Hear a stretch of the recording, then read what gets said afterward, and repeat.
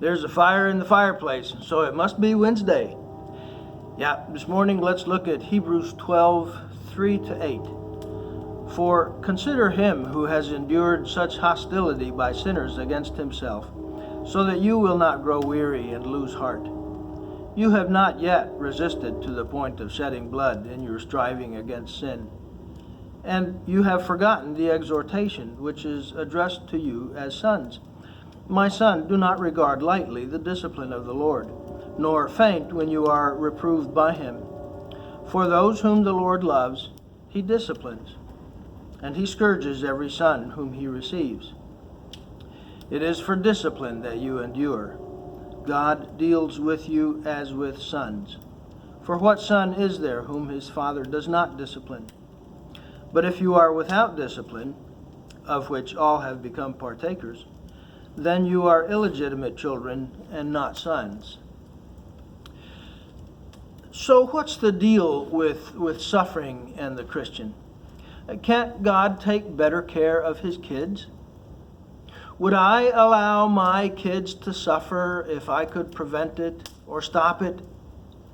Would any good parent? I thought that when I came to Jesus, God would take care of me. I thought that Jesus suffered on the cross so that I wouldn't have to. That he took my punishment for sin on himself. That touches on a common mistake about suffering. We tend to think that suffering is punishment, and it's just not so.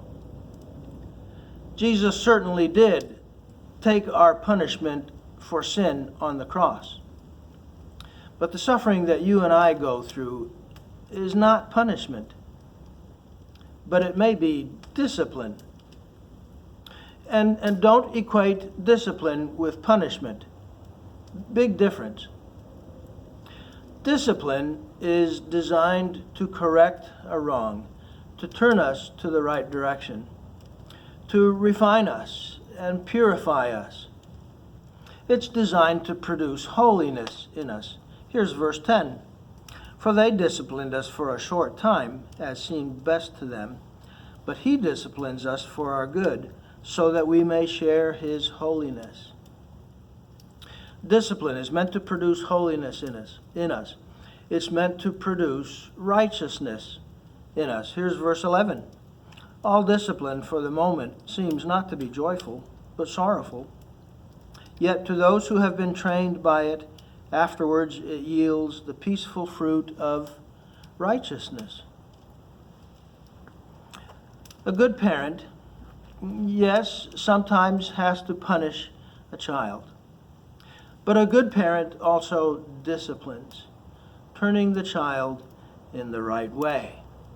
Verse 9. Furthermore, we had earthly fathers to discipline us, and we respected them. Shall we not much rather be subject to the Father of spirits and live? Verse 13 and 14. Well, 12 and 13.